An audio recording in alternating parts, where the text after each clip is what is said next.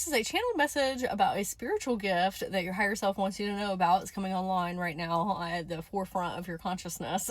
And this is going to be insights that I channeled from a client session.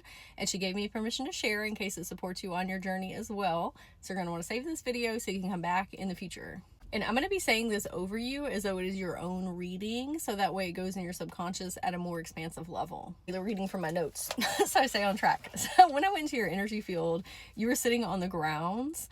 If you have seen Death Note, it's an anime for my anime watchers. Kira sits on the ground, like in a chair like this. That's kind of how you were sitting, but for my non-anime, you were like sitting on the ground like crisscross applesauce, if you will. And you were flipping through the pages of what I thought was a book, but I asked you, hey, what are you doing over there?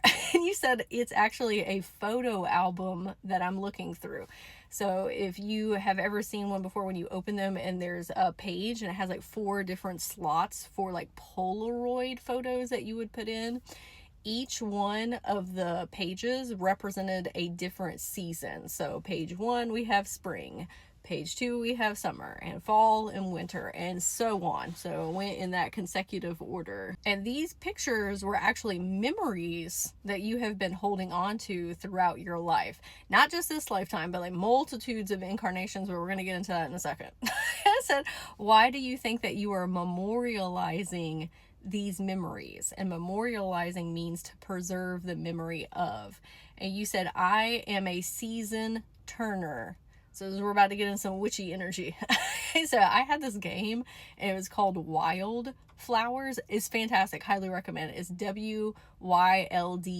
I was playing on my Nintendo Switch.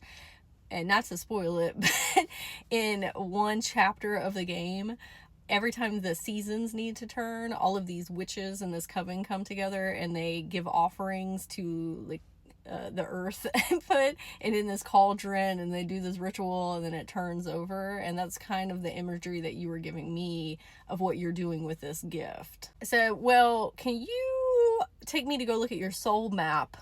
Because I have never seen this gift before, and so that way I can have better directions and clarity of how to, express it to you. He said, yes. He said, I'm helping the collective shift energy. So basically the entirety of the earth with the seasonal changes and helping Mother Gaia. You said every time the seasons change, there are people who have a hard time with transitions. They feel like things are ending and they get stuck in that energy and they take it into the next season. So every time spring turns into summer, and then summer into fall, and then fall into winter, the persons that you are supporting like really are hyper focusing on the end instead of like new beginnings that are coming. You said, I keep track of the good things that will happen through each season, and I send my personal vibrations into the collective consciousness that there are always good things to look forward to. So your memories are serving as anchor points, and you're taking the frequencies of those and sending them out of your auric field for everyone else to receive. Your higher self said, you are an anchor, a pillar of light, a holder of wisdom. This is actually a karmic cycle that you have learned to surrender to and embrace. You are now teaching this to others who are still learning this wisdom. So karmic cycle doesn't necessarily mean a lesson. Like, I don't even like saying lessons because that kind of comes with some like disciplinary energy. It's more just something that you wanted to understand as a soul for your greater evolution. So over multitudes of incarnations, you have been through that cycle of, you know what? It doesn't have to be negative when things change. And that's how we are perceiving it. I'm going to really hold on to memorialize these memories so that I keep it in my consciousness of like, there's always great things that are on the way. So this book that you have, this photo album, is over multitudes of lifetimes, and you have become a master at transitional energy and teaching that to other people and how to embrace it. Higher self said, in order to amplify this gift, now we're more conscious of it. That's what's gonna support us and making it even more impactful in the collective. So Higher Self wanted to mention, this is not just with the 3D seasons. Okay, spring, summer, fall, and winter. Like, that's one part of it. Okay, but it's also more like on a metaphysical, esoteric level of like greater life transitions. And I'm going to give you some different examples of what that looks like. You could go from being single to having a partner. You know, everything has its pros and cons.